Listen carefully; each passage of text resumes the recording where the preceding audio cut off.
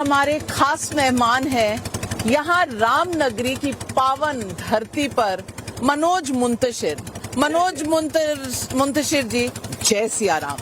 आप अयोध्या में, आप उत्तर प्रदेश के वासी हैं, यहाँ की मिट्टी की खुशबू आपके कण कण में होगी। बस कुछ ही घंटे रह गए हैं प्राण प्रतिष्ठा की। राम मंदिर में राम विराजमान होने वाले हैं।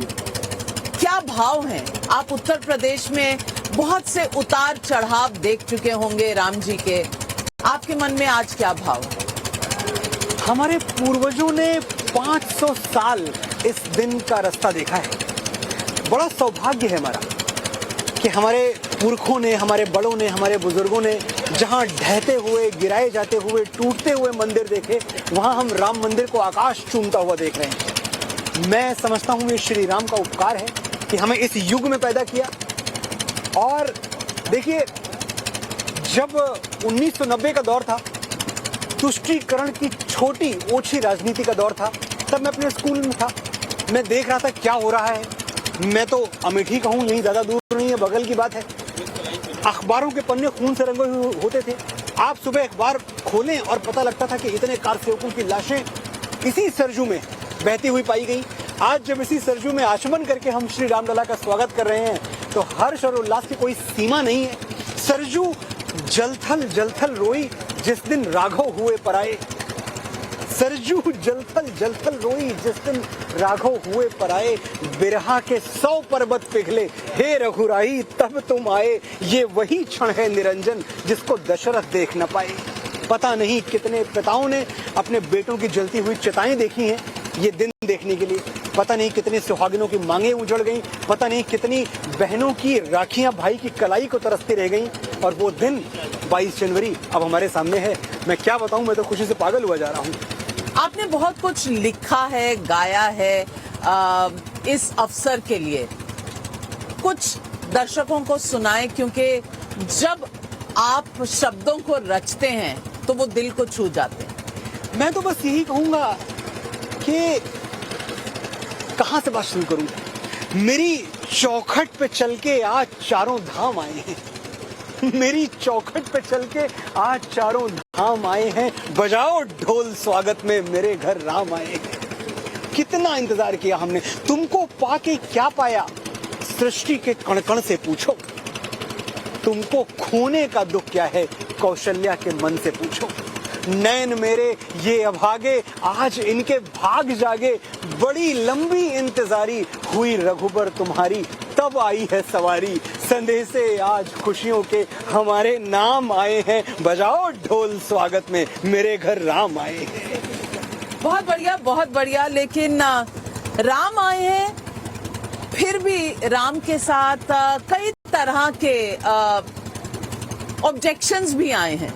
और कुछ लोग आज भी ये पूछ रहे हैं कि ये दिन क्यों, ये समय क्यों, ये मुहूर्त क्यों, अर्धनिर्मित मंदिर क्यों, बहुत से क्यों भी साथ आए हैं। इन क्यों पर आप क्या कहेंगे? ये क्यों वाले जितने भी लोग हैं नविका जी, ये श्री राम के हाथ से छूटे हुए लोग हैं। 7,500 वर्ष पहले जब राम सेतु बन रहा था, नल नील पत्थर पानी में तैरा रहे थे, तो भगवान श्री राम एक शिला पे बैठे हुए दृश्य देख रहे थे। उनको लगा कुछ पत्थर मैं भी फेंकता हूँ, शायद पानी में तैरे। भगवान श्री राम ने एक शिला ली और पानी में छोड़ी, शिला डूब गई। भगवान उदास हो गए। हनुमान जी बगल में खड़े थे, उन्होंने भगवान को उदास देखा तो कहा, प्रभु उदास न हो, आपके हाथ से जो छूटेगा वो तो डूब ही जाएगा। तो ये क्यों वाले भगवान राम के हाथ से छूटे हुए, डूबे हुए लोग हैं। अब ये देश जान चुका है कि जो राम का नहीं वो किसी काम का नहीं। मनोज मुंतशिर जी, कुछ लोग कहते हैं कि राम का तो 14 साल का वनवास था, लेकिन शायद इस धरती पे, इस पावन धरती पर राम को 500 साल इंतजार करना पड़ा। और ये वनवास इतना लंबा, फिर भी लोग मुहूर्त ढूंढ रहे हैं। 500 साल।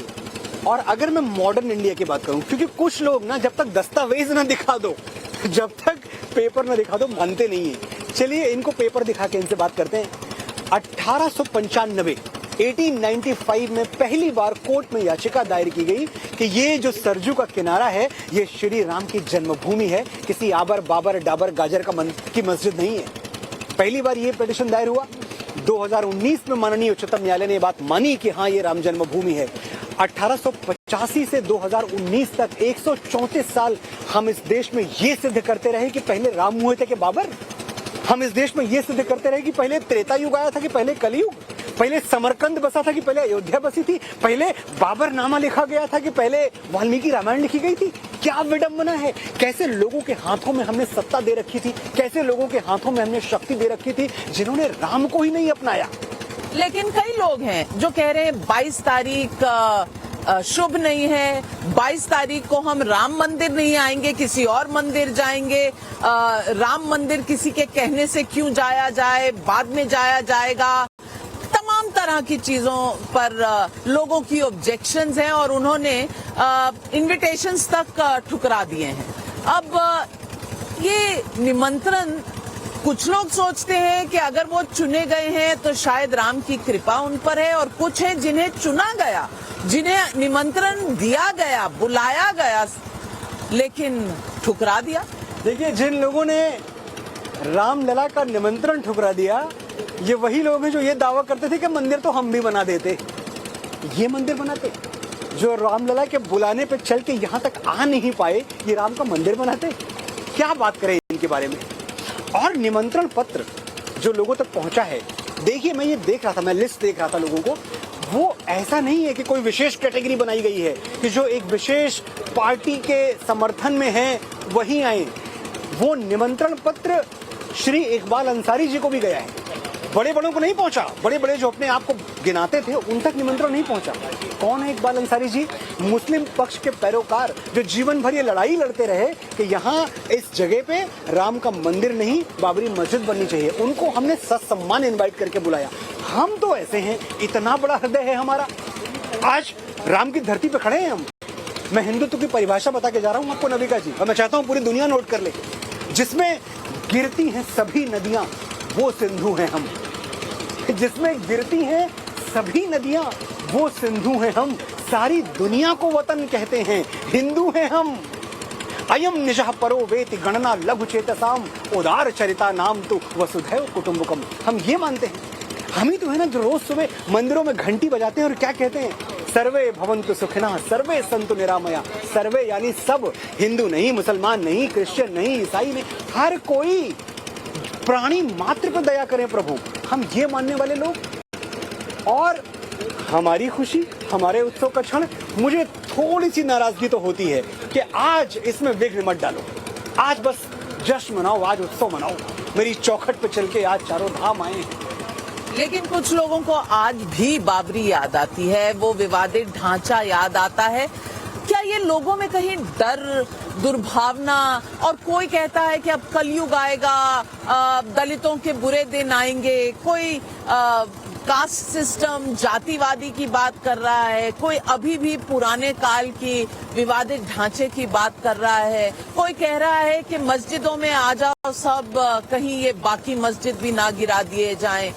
जब इस तरह की बात होती है तो क्या लगता है? कौन सी मस्जिद गिराई है हमने? एक एग्जाम्पल दे दें आप।